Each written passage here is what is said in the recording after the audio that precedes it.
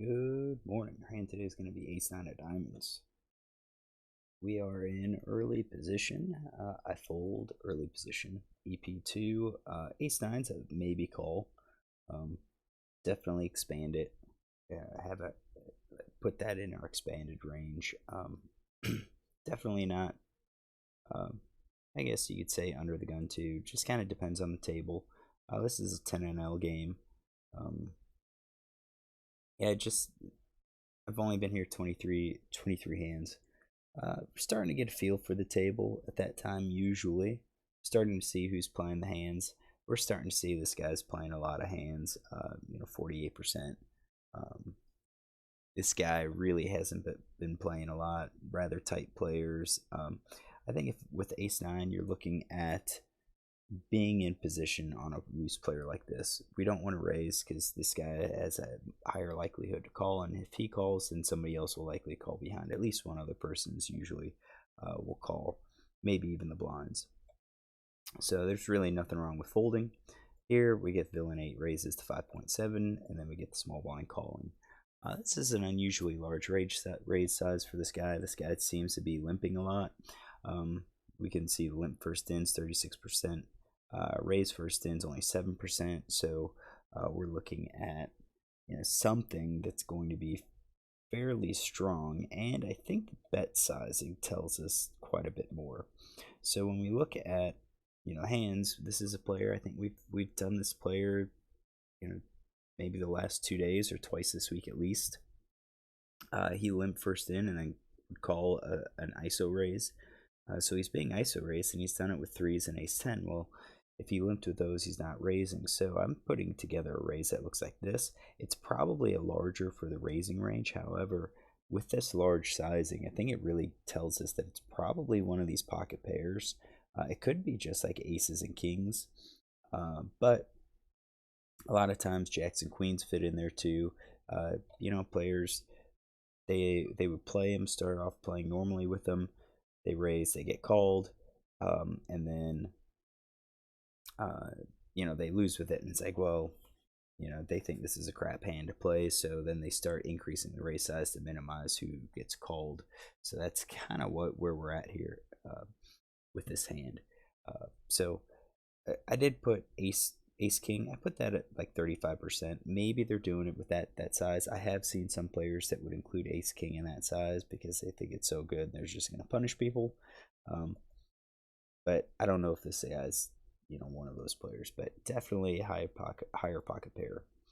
This guy's playing tight 13-8. We got 61 hands on him. At this point, you could see that he's fairly tight. It's 13% small blind. That's only 1 out of 8. Called. Call hands. You don't know. He doesn't normally call these hands. He has a 3-bet range, and we've got some notes on him. 4-bet range is queens, so attempted steal, then 4-bet with queens. Call 2 bets from blinds. We have those hands now. I can't include all of those hands because it's going to make a much wider range than 13%. But I do think that in this position, if he pays attention and realizes that villain 6 is playing somewhat loose, he may be playing those ace 10 and jack 10, ace 10 suited and jack 10 suited hands. So what I did, I raised it up, basically scaled it up until I included those hands. One more quick on the slider, added ace queen off, so I did add that. And then, so that was at 6.5%. And then I went back and said, okay, I think he's going to raise aces and kings. And then I put 50% for ace king. I think those are going to be at least 3 bets. Queens may be a 3-bet. However, with this sizing with it that he's facing, it just seems unusually large. So I think I'm going to give him a little bit more credit for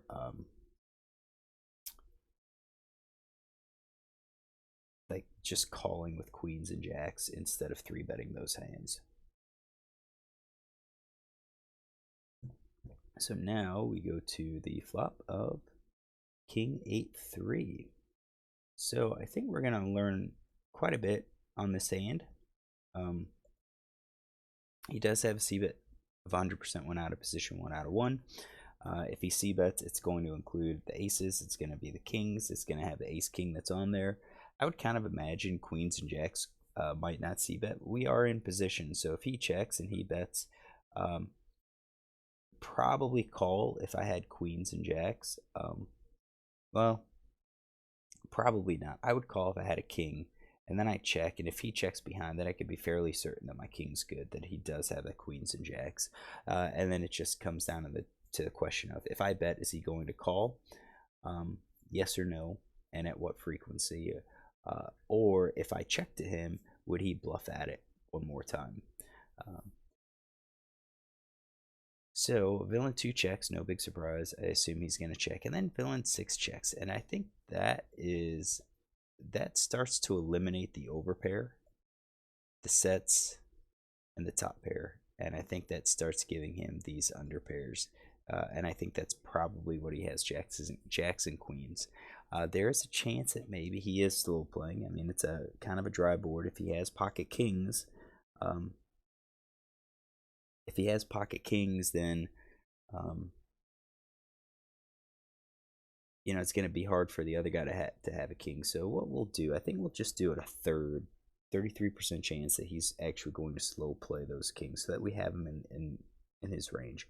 I think aces goes for value. I think ace king goes for value. So that's going to be his checking range. 7 of diamonds hits. Villain bets here, leads out. That looks like he's going for trying to represent that king. So he could easily have the king here, but he may also be, with his aggression, being tight aggressive, you know, 13-8. It looks, I would expect the player to kind of lead out here. This is a 10-0 game, so there are some better players.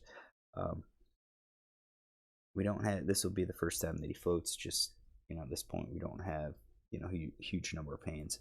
So I'm going to say at least top pair. We're going to give him some frequency. I'm not sure if he would do this 100% of the time. We'll say 2/3 of the time he's going to lead it here, with all of those pocket pair below the top cards. Maybe he's going to do it with the flush draws as well. So we'll include the flush draws, and maybe the gut shots too, like Jack 10, and then you have all of those flush draws. So we're going to lead it. He's leading kind of as bluffs with some value. And he led fairly large, and then he gets called. So at this point, I'm eliminating the set. I would imagine the set's going to check raise at this point. So if he's calling, he's basically just these underpairs, and I could be way off with this range, thinking that large sizing is just, he went off the deep end, or maybe that's his standard large sizing, or standard preflop raise sizing. Who knows? But we're going to keep going with it. 2 clubs hits.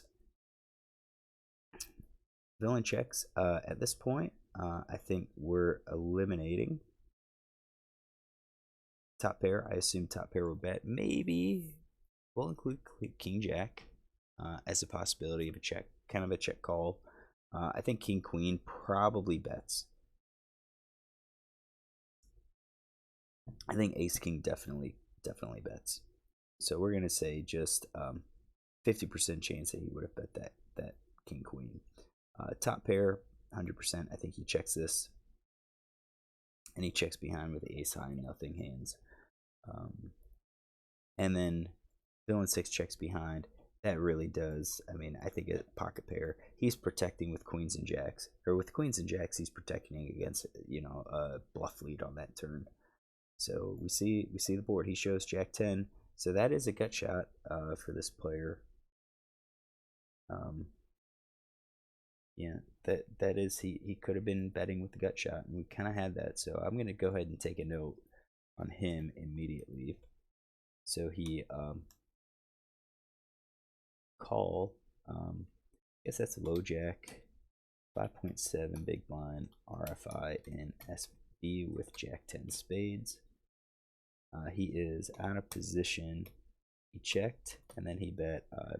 We're gonna call it 66%, and then checked on a king of clubs, 8 of diamonds, 3 of spades, 7 of diamonds, 2 of clubs.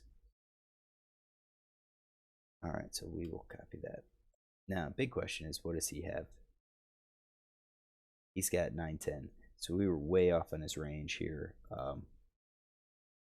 And really, we don't have a whole lot of notes, but this is why we do it. We're going to build profiles on these players. We're going to build kind of raising hands. So RFI 5.7 big blinds, low jack, and low raise 5.7 big blinds, low jack with 10-9 hearts. And then he's in position. He checked, calls 6%, and then check. All right. So we got his range, but we were way off on his range. And that's going to happen. That's going to happen.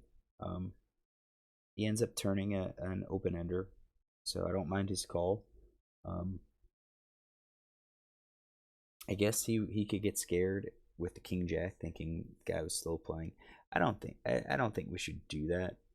And the reason I include it is because I do see people kind of panic. And this is a fairly dry board, so king queen ace king might need to check a little bit so that you have you can protect your checking range. So that's kind of why you might include it. And I do think, with such a narrow range here, you don't really have a bluff. Your bluffs are going to be jacks and queens. That's what it's going to be, because you have some value for everything else. Now your range expects to be a whole lot stronger, so you do expect to c-bet with that range. But if we add the jacks and tens, now we're dealing with